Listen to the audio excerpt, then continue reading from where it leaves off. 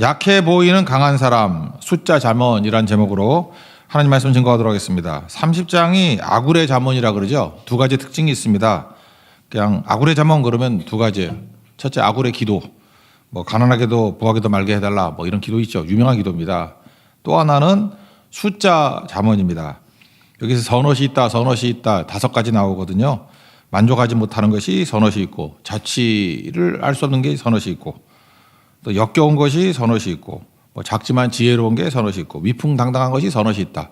이렇게 다섯 가지 부류가 나오거든요. 이게 또 중요한 겁니다. 첫 번째는 지난 시간에 했는데 다시 간단히 살피면 이거예요. 15, 16절 만족하지 못하는 것이 선엇이 있다. 뭐 거머리 그런 얘기 나왔죠. 그러니까 하나님 없는 만족이죠. 하나님 없는 만족이니까 채워질 수가 없잖아요. 그래서 더 하다가 중독에 빠진다. 어제 저녁에 살폈던 탐식 같은 게 그런 거겠네요. 하나님 없는 만족을 취하는 그 출발점이 먹는 걸로 빠지는 거거든요. 그래서 먹는 거 먹다가 금단 현상이 벌어지잖아요. 중독은.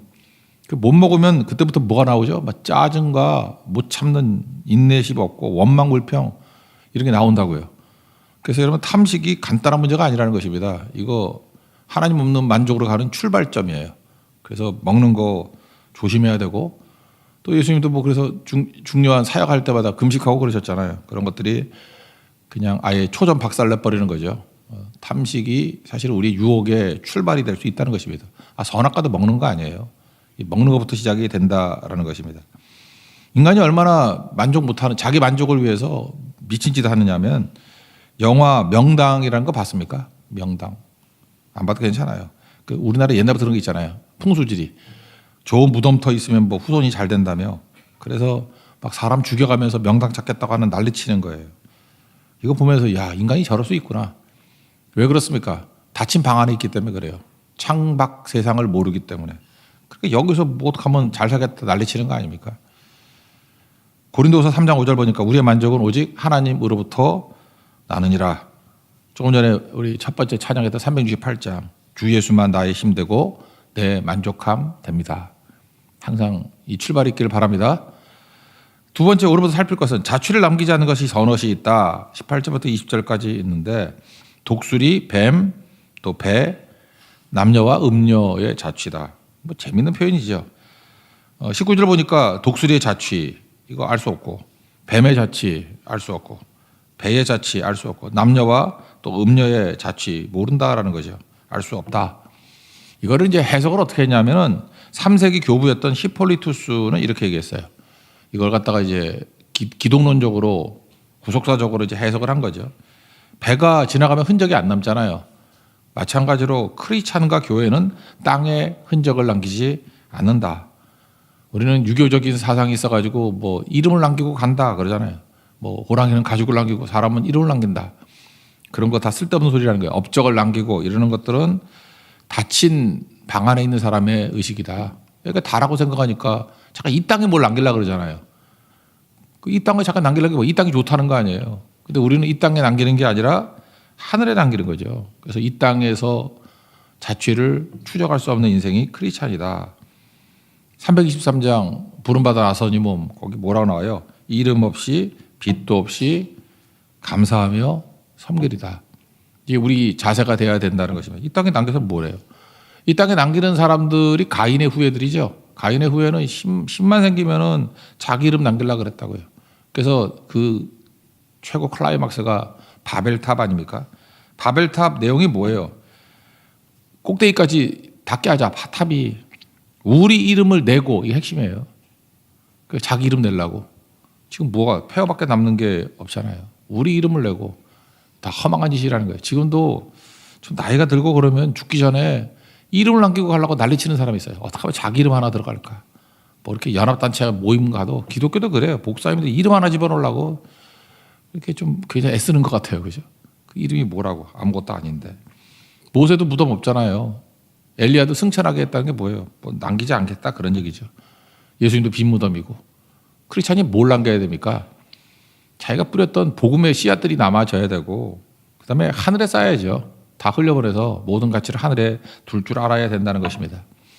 히브리서 11장 보면은 성경에, 다른 성경에 하도 많이 나오니까 이름 있는 사람들은 그냥 이름 적어 놓은 거예요. 뭐 아브라함, 뭐 이삭, 야곱. 이름이 있잖아요. 창세기에.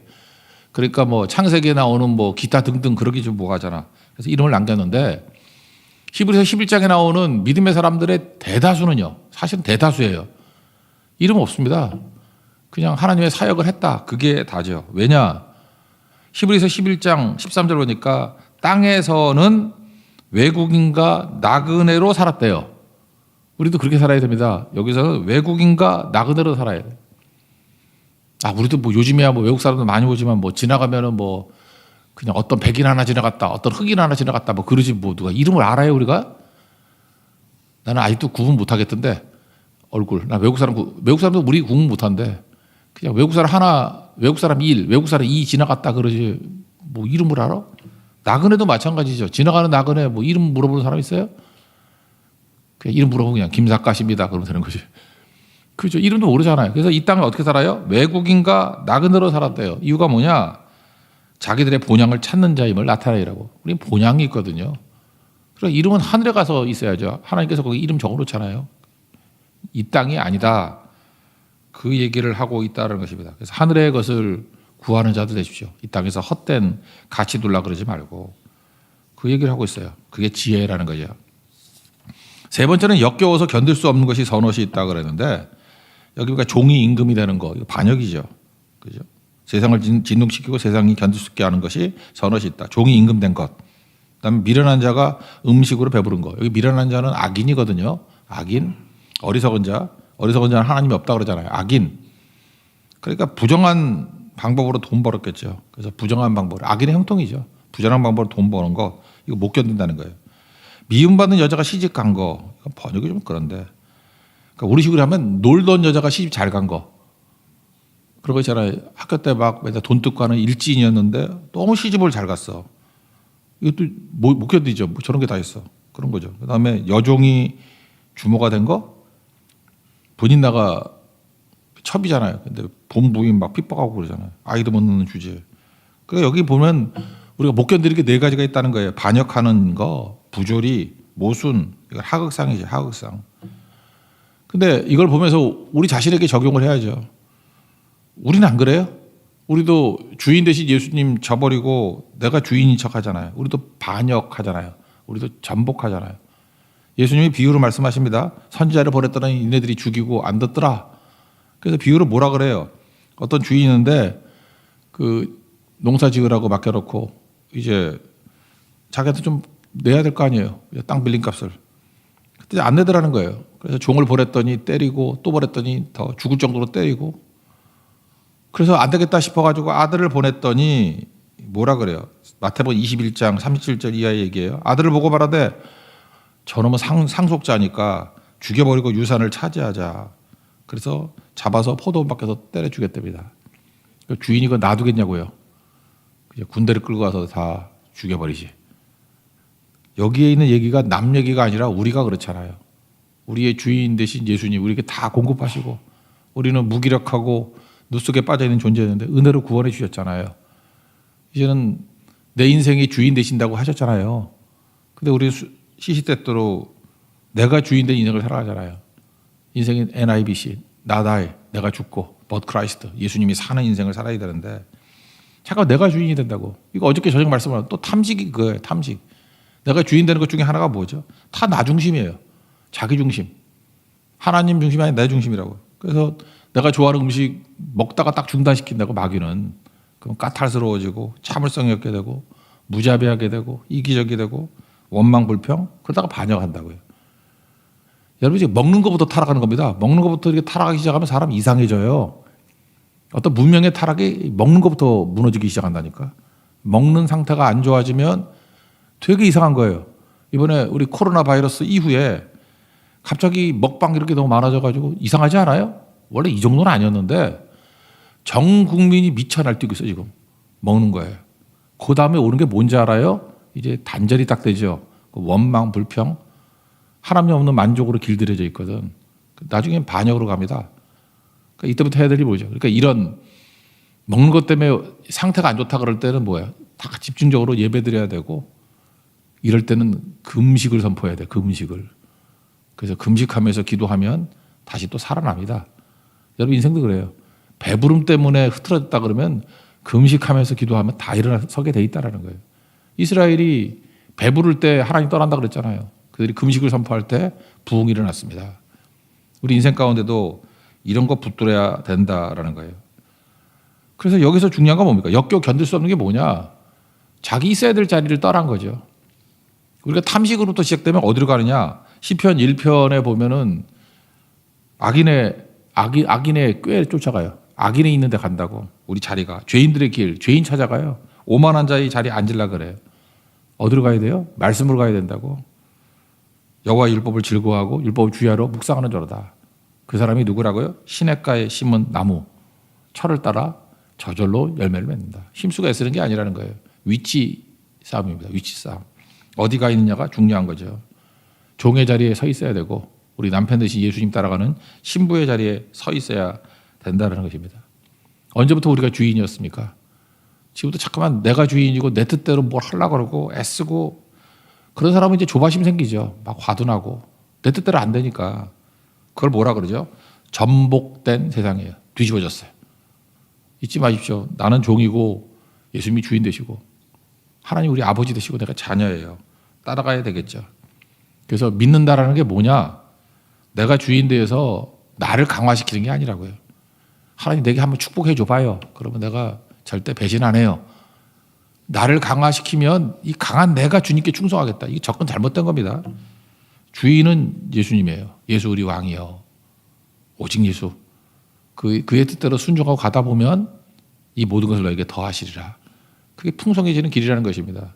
이 전복된 길에서 NIBC 나는 죽고 예수로 사는 그 능력을 붙드는 종 되기를 바랍니다. 그러지 않으면 역겨운 세상이 된다는 것입니다.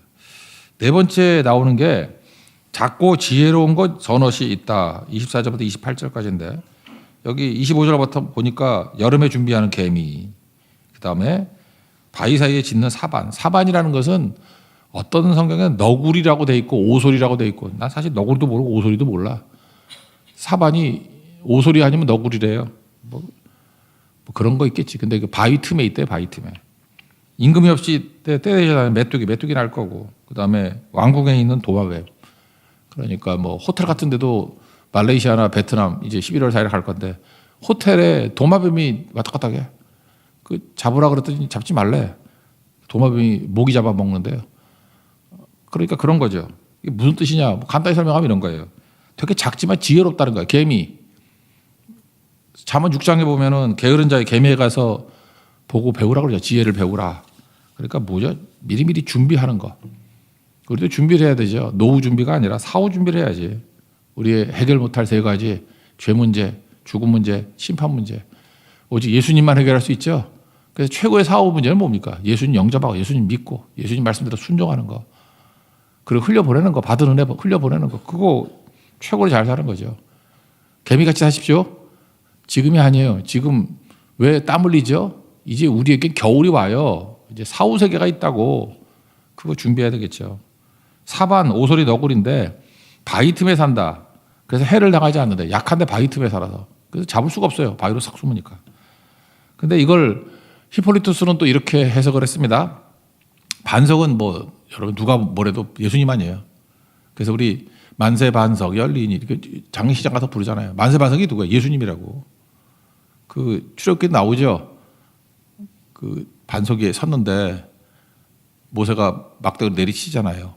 그럼 하나님이 서 계시면은 막대를 치면 누가 먼저 깨져요? 하나님이 막고 반석이 깨지는 거 아니에요. 십자가라고. 그래서 예수님이 깨짐으로 말미암아 반석에서 물이 터져 나온다고. 그래서 이 반석은 예수님이라고. 그 해석이 어디 나오죠? 고린도전서 10장 4절. 다 같이 신령한 음료를 마셨으니 이는 그들을 따르는 신령한 반석으로부터 마셨음에 그 반석은 곧 그리스도시니라. 이게 출애굽기 해석 아니에요. 반석에 서 계신 하나님이 맞아가지고 죽었다라는 거죠. 그래서 반석이 터져서 우리가 신령한 음료를 마시게 돼서 생수죠. 살게 되었다. 그러니까 여기서 뭐 쉽게 얘기하면 반석은 예수님입니다. 그러니까 예수님께 피하는 인생이 최고라는 거죠. 이렇게 찬송가를 부르고 싶은 마음이 많이 생기지. 391장 그런 거 있죠. 오 놀라운 구세주 예수 내 주. 그 후렴이 뭐죠? 큰 바위에 숨기시고 주 손으로 덮으셨네. 그죠? 큰 바위에 숨기시고 주선으로 덮으셨네. 그때 이 큰 바위가 누구예요? 예수님. 반석 대신 예수님이 내 몸을 숨기시고. 그러니까 이때 생각나는 게 뭐죠? 사반이 생각나야 돼. 너구리, 오소리. 되게 지혜롭네. 주선으로 나를 덮어주셨다. 엉뚱한 데 피하지 말고 예수로 피하십시오. 여러분 지금 두렵고 떨리고 막 이럴 때 엉뚱한 데 가지 말고 예배 나와야 돼요. 저녁 예배 나오고 새벽기도 나오고 반석 대신 예수님께 피하면 큰 바위에 숨겨주신다고 우리를. 그리고 또 주님의 그 엄청난 손으로 덮어주신대요. 덮어준다는 것이 가린다는 뜻이 되지만 그게 속죄소잖아요. 그렇게 하나님이 언약궤 좋아하잖아요. 언약궤 뚜껑이 뭐예요? 속죄소라고. 시은 좌, 은혜가 임하는 자리. 큰 바위 대신 예수님께 숨으면 거기가 은혜가 임하는 자리라니까요. 은혜의 보좌 앞에 담대히 나갈지니라. 그게 그 자리라고. 예수님께 나오십시오. 은혜 부어주시고 하려는 은총으로 세워주신다는 것입니다. 또 하나 메뚜기가 지혜로운 게 뭐냐 하면 임금도 없는데 일사불란하다 뭐 그런 거죠. 자율성이죠. 자원하는 마음. 그래서 교회는 사람 중심으로 가면 절대로 안 된다는 것입니다. 오직 예수님. 그리고 저 같은 사역자라든지 뭐 인도하는 사람들 다 양머리 개예요. 찬양을 하든 설교를 하든 뭐라든 간에 사람이 생각나면 안 되고 예수님이 생각나야 되는 거예요. 예수님께 가면 사는구나. 오직 예수께 가면 내가 살아나리라. 그거 붙드는 거죠. 그게 메뚜기예요. 사실은 좋기도 하면서 나쁘기도 한 게 뭐냐 하면은 부교육자가 설교할 때는 주일적인 게 많이 안 나오다가 담임 목사가 난리치니까 또 나오더라. 되게 성도들 가운데 그 시니컬한 사람도 있거든. 저한테 글을 보낸 건 아니고 말로 하더라고. 과연 새 교회가 좋은 교회일까요? 딱 그러더라고. 부교육자가 설교할 때 목요일 날 한번 와보시죠. 안 나오는 사람도 있습니다. 그 가증스러운 것들 나한테 그래. 그리고 주일 저녁에 안 나오다가 담임 목사 한다고 나오는 게 그게 건강한 걸까요? 나 엄청 찔렸어요. 맞다고. 건강하지 않다. 그러니까 이제 건강해지려고 난리치고 있다고. 달라지겠죠. 근데 메뚜기가 이게 약하지만 지혜로운 이유가 뭐냐 하면은 그들은 자율성이 있어요. 그러니까 우리 시간에 예수님만 따라가는 거죠. 인간 지도자, 메뚜기 지도자 이런 거 따라가지 않고 메뚜기인데 뭐 아무것도 아니잖아요. 그래서 일사불란하게 가더라. 되게 중요한 거겠죠. 여러분 누가 그렇게 시켜서 뭐 체크해서 그런 게 아니라 예수님 바라보고 메뚜기 같이 기가 막히게 움직일 수 있는 교회. 그게 머리 대신 예수님을 붙들고 순종하는 교회의 모습이죠. 몸과 같은 교회. 거기까지 가야 된다는 것입니다. 도마뱀 왕국에 산다는 거죠. 우리 지금 호텔에 산다는 거죠. 난 이거 보면서 참 지혜롭다고 생각해. 도마뱀이지만 왕국에 살면 왕이 먹는 거 같이 먹잖아. 이번에도 호텔에 가서 도마뱀 있으면 사진 찍어 올게요. 베트남 가면 있을까 보면 도마뱀. 그 사람 안 물어요. 목이 무는 거예요. 근데 그거 찍으면 야, 저 행복한 너, 저 목사하고 같이 자네. 그럴 거 아니야. 우리도 그래야 된다는 거예요. 그러니까 예수님과 함께 동행하면 된다는 거야. 도마뱀 같이. 우리도 왕국에 살면 왕 대접 받고 예수님과 함께 살면 예수님이 주시는 거 다 누린다는 것입니다. 뭐 그런 뜻이죠. 도마뱀 지혜롭다. 약하지만 지혜롭다고. 마태복음 6장 33절.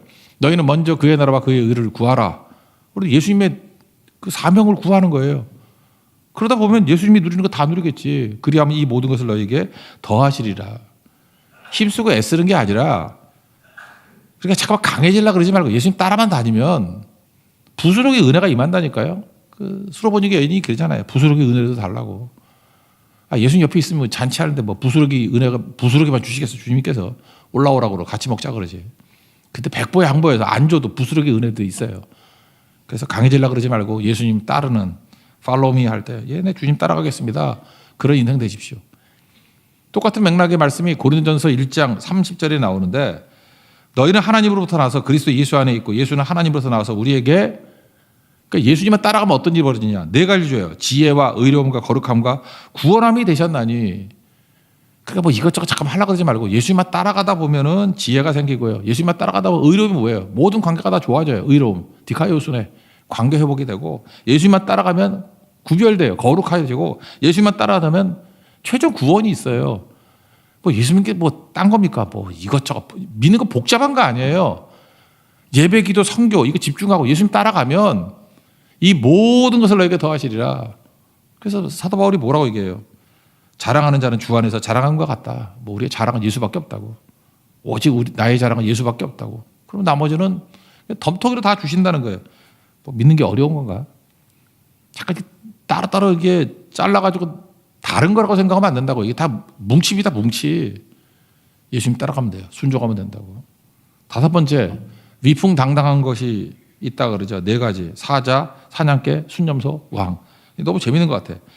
29절 31절까지인데 잘 걸으면서 위풍 있게 다니는 것 선엇이 있다. 짐승 중에서 가장 강하여 아무 짐승 앞에서 물러가지 아니하는 사자. 사자 세다는 건 뭐 인정하죠. 사자, 동물의 왕. 그 다음에 사냥개. 제가 그 마르티스 길러봤잖아요. 마르티스가 그 몰타 섬에 있는 사냥개다. 그 영국 왕실에서 가져와서 개량한 거잖아요. 그래서 마르티스는 조그만데 원래가 사냥개예요. 몰타 섬, 그 조그만 섬에서 거기서는 사냥개였는가, 거기서 왕이었는가 봐. 그래서 지는 힘도 없는 놈이 막 이따만한 큰 도사견 같은데 잠깐 짚고 덤벼. 그래서 우리 사모가 맨날 개끈 안 놓고 물려 죽는다고. 결국 늙어 죽었어요. 다행이야, 물려 죽지 않은 거. 말티스 놔두면 물려 죽어요, 그거. 근데 잘 잡아서 늙어 죽었지. 잘 된 거지. 그러니까 사냥개 할 때 저는 말티스 생각나요. 사냥개 위풍당당해. 아, 요만한 게 얼마나 품위가 있는데. 그죠? 제가 먹을 때 건들면 저한테도 막 신경질 내. 아, 위풍당당해. 순념소 아시죠? 이거 뭐 유튜브 같은 데 맨날 나오던데 아무 데 가서 박아 이놈도 머리로. 그래서 순념소 기르다가 주인 엉덩이 막 치는 거 나와요. 그런 거. 정신 나간 놈이야. 정신 나간 놈. 순념소 지 주제에. 이러다가 이제 흑염소 탕 되는 거지. 이런 거. 그다음에 당할 수 없는 왕. 뭐 힘 있는 왕이야. 뭐 위풍당당하지 않습니까? 무슨 얘기입니까? 크리스찬이 제발 찌질이같이 살지 말고 위풍당당하라는 거예요. 비굴해지지 말고 양아치같이 살지 말고. 우리는 왕 같은 제사장이잖아요. 위풍당당한 거. 그래서 여러분 혹시 그 당당함, 믿음에서 당당하게 산다 그러면 사자 그림을 갖다 붙이든지 아니면 사냥개를 갖다 붙이든지 이건 많이 안 하죠. 순념소를 갖다 붙이든지 아니면 왕, 위풍당당한 왕을 갖다 붙이든지. 이건 뭐라 그래요? 히브리서에서는 겉으로는 약해 보이지만 위풍당당한 사람. 세상이 감당할 수 없느니라. 이거 얘 두 가지만 듣게요. 구약에 다니엘의 세 친구들. 그 뭐 신상이 절하지 않으면 죽인다며. 이거 열받았죠. 뭐 난 절대로 안 합니다. 그 하나님께서 우리 건져 주실 겁니다. 그리 아니하실지라도 나는 섬기지 않을 거라고. 그랬더니 느부갓네살이 열받아가지고 불을 7배나 더 뜨겁게 하라고. 그래서 불 피운 놈이 타 죽었잖아. 그죠? 그럼에도 불구하고 위풍당당히 걸어갔더니 들어갈 땐 결박된 세 사람이었는데 결박만 다 타버리고 4명이 있었죠. 불 가운데 계신 부약의 예수님. 그 불 가운데 걸어 나오잖아요. 얼마나 위풍당당합니까? 믿음의 믿음. 여러분 믿음 없으면 양아치 됩니다. 제발 예수 믿는 거 양아치같이 믿지 말아요. 벌벌벌 떨고 타협하고 직장에서도 그렇고 학교에서도 그렇고 위풍당당한 그죠? 믿음의 사람 되십시오. 신약에 오면 바울이 그랬죠. 아그리빠 왕 앞에서 묶여가지고 있었어요. 그때도 똑같이. 항상 우리 크리스찬들은 묶여있네. 묶여있어도 안 쫄아요. 뭐라고 얘기합니까? 이렇게 결박된 거 외에는 나와 같이 되기를 원하나이다. 아그리빠에게 설명하잖아요. 아그리빠에게 자기가 다메섹 도상에서 예수님 만났던 이야기 다 증거하고 묶여도 증거할 수 있습니다. 그래서 사도 바울이 그러잖아요. 나는 묶이지만 말씀은 묶이지 않는다고. 하나님 말씀이 다름질할 수 있는 그런 거룩한 인생 되길 바랍니다. 그래서 아굴은 이게 5가지 비유를 들면서 우리가 지혜로운 사람의 모습이 무엇인지를 쭉 정리해주고 있다는 것입니다. 그래서 마지막 2가지 32, 33절 이거 한번 읽어보죠. 시작. 만일 내가 미련하여 스스로 높은 채 하였거나 혹 악한 일을 도모하였거든 내 입으로 입을 막으라. 대저 젖을 저으면 엉긴 젖이 되고 코를 비트면 피가 나는 것 같이 노를 격동하면 다툼이 날미니라. 2가지 막아야 될 게 있는데 입을 막으라. 또 하나는 분노를 막으라. 이 모든 지혜의 대적이 뭐냐. 입 열어가지고 잠깐 떠들면 다 날아가는 거고 분노 막지 못하면 무너진다. 이 공동모적 읽어드릴게요. 바보처럼 우쭐해지거든 입을 손으로 막고 잘 생각해라. 입 막고라 입 막으라고. 그러니까 여러분들 제일 지혜 없는 사람들이 근거도 없는 이 소리 저 소리 떠들고 다니는 사람이에요. 그죠? 말 옮기고 헛소문 퍼뜨리고. 그 미련에도 그런 미련한 게 있어. 그 바보지. 또 하나는 뭐냐. 그 젖을 저으면 엉긴 젖이 되고 있죠. 이거 뭐 힘들잖아요. 공동묘 좀 이상하게 변해서 양의 젖통을 누르면 젖이 나오고 코를 치면 피가 나오듯 화를 돋구면 싸움이 터진다. 무슨 뜻인지 알겠죠? 자꾸만 이렇게 분쟁하게 만들고 그러지 말라는 거예요. 싸움 일으키는 사람 있죠. 항상 분쟁 일으키고 그런 거 하지 말라는 거예요. 이게 지혜 없는 자. 입 조심하고 분노 조심해라. 그런 거죠. 은혜를 아는 자가 되면 해결되죠. 나는 무기력한 자입니다. 나는 늪에 빠진 자입니다. 그러니까 우리가 할 일은 뭐예요? 이사야 6장에서 이사야도 그랬고 베드로도 그랬고 나는 죄인입니다. 나를 불쌍히 여기십시오. 나를 떠나 주십시오. 은혜 구하는 자 아니에요. 그러니까 하나님께서 은혜를 주셔서 은혜로 모든 것들을 다 치유하고 회복시키고 승리케 주신다는 것입니다. 욥도 마찬가지죠. 욥이 의로운 사람 같이 보이지만 너무 말을 많이 했어. 그래서 욥기 42장에 그가 고백하는 게 뭐예요? 나 무지한 말로 이치를 가리는 자가 누구겠습니까? 접니다. 나는 깨닫지도 못한 일을 말하였고 스스로 알 수도 없고 헤아리기도 어려운 일을 말했습니다. 그러면서 뭐라 그러죠? 티끌과 제 가운데서 회개합니다. 그러니까 욥이 하나님 앞에서 마지막에 회개했던 내용이 뭐냐면 요놈의 입이 문제입니다. 고난 중에 하나님 바라보고 순종하고 참고 갔으면 되는 건데 잠깐 말하다가 욥이 잠깐 말을 해가지고 우리도 힘들잖아요. 욥기가 42장까지 해서 공부하기도 힘들고 그냥 3장쯤에서 순종하고 갑니다. 그러면 4장으로 끝날 건데 그러면 요나서 같이 자주 설교할 건데 42장이라서 이거 큰맘 먹고 설교해야 되잖아. 큰맘 먹고. 그죠?